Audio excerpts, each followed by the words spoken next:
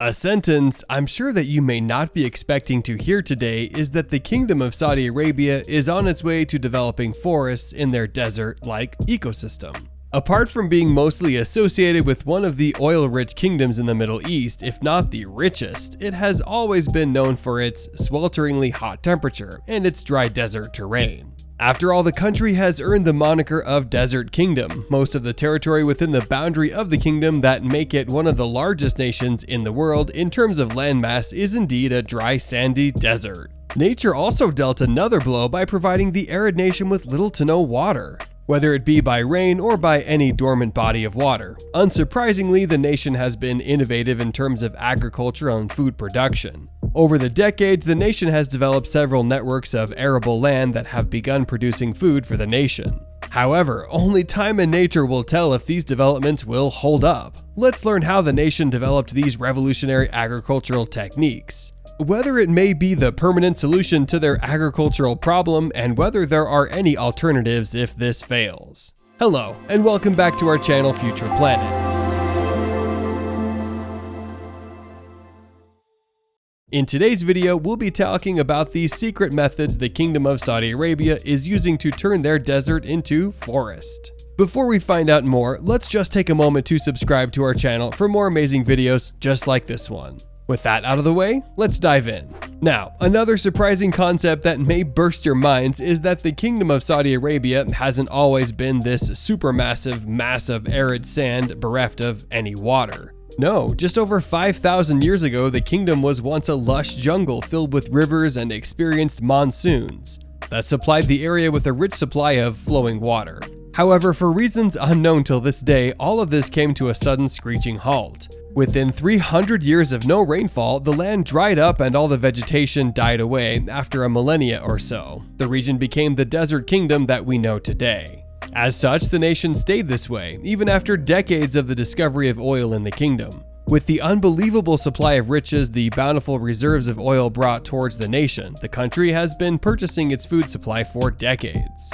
However, with the depleting sustainability of the oil industry worldwide, Saudi Arabia has been forced to reckon with the need to diversify its economy and curb its reliance on oil. Like other Middle Eastern countries, Saudi Arabia has embarked on other projects to achieve this goal. Crown Prince Mohammed bin Salman announced in 2017 that the nation will be diversifying its economy with projects like Neom, the city of the future in the Tabuk province, and some tourist attractions like the Jeddah Tower as well. In light of the food problem, Saudi Arabia has also decided to focus on its agricultural industry. So exactly how does a country go about transforming its desert terrain into a forest? About 95% of its 2 million square kilometers is a dry desert that experiences less than 4 inches of rainfall annually. Couple that with the fact that there is a sparse supply of rivers or any other body of water in the entire country, and you have a country approaching a problem with an ultimate FIFA difficulty level. However, if you get a sky view of the city amid its mostly sandy terrain, there are several massive green circles in the middle of this expansive desert. Then how is this possible?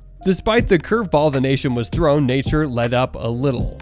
Remember the time the area had flowing rivers and experienced massive monsoons? Well, it turns out that remnants of said waters collated to form a massive body of water underneath the sandy desert. It was discovered nearly 1 century ago that a 500 cubic kilometer of fresh water called an aquifer lies just over a kilometer underneath the arid soil. To say this is fortunate may be quite the understatement, because after drilling into this massive body of water, the country slowly spent years developing their agriculture. After several years of using various types of irrigation systems before settling on the center pivot irrigation system, developed by an ingenious Nebraska farmer named Fran Zybak. The country was able to utilize its water supply while being able to almost triple the mass of their fertile land from about 3 million acres to over 8.5 million acres. The center pivot irrigation system functions by using an automated mechanized irrigation system that helps to maintain the crops by spraying its water in a central circular pivot that can cover almost 130 acres of land. This is why most of these farmlands are circular in form. As a result, they've also been able to produce various crops like 2.8 million tons of wheat, which it even manages to export to other countries, as well as expanding their ability to raise farm animals for their byproducts like meat and milk. thereby ensuring that the country is now food secure. Although the nation was able to achieve the primary goal of becoming food sufficient, the need for water is still being subsidized by revenue from the oil business, which they use to import food from other countries. Unfortunately, despite this great achievement, there seems to be a big drawback, that 500 cubic kilometers of water is never going to last forever. And every day the supply is depleting. This along with the fact that the country barely sees any rain at all. There are fears that this agricultural project may be brought to an end when the water supply is depleted.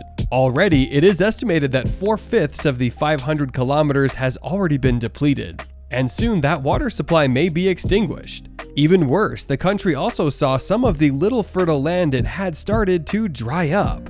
In Al-Baida, for example, an ingenious tribe known as the Bedouin tribe was obliged to move there by law. Unfortunately, human activities like the deforestation of the area in order to facilitate trade, as well as the overgrazing caused by the tribe's livestock, eventually led to the conversion of a once fertile land into just another desert in the area. The Saudi government attempted to battle this occurrence by hiring Neil Spackman, a Stanford University permaculturist, and Mona Hamdi, a Harvard University bioethicist and futurist, to help prevent the destruction of this territory.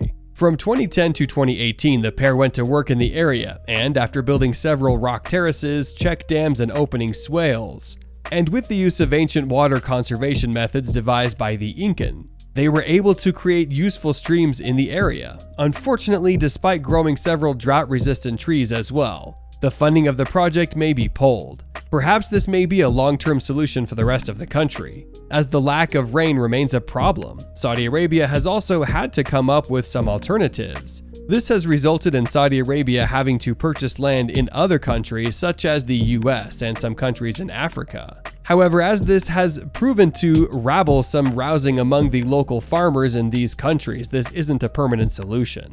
It soon becomes clear that perhaps the kingdom still has some work on their hands. Whether it's the systems devised by Neil Spackman and Mona Hamdi in Al-Baida, or the procurement of more farmlands abroad, the nation needs to decide quickly. Nonetheless, you can't deny the fact that the irrigation system is nonetheless genius, and with some hype, there will be another ingenious plan to make the country agriculturally self-sufficient. So, with that, our video has come to an end here. Let us know your thoughts in the comments below. We always love to read out your comments. Also, be sure to subscribe to our channel, Future Planet, and hit the bell icon so you will be notified whenever we upload a video. We'll catch you guys in the next one. Until then, goodbye.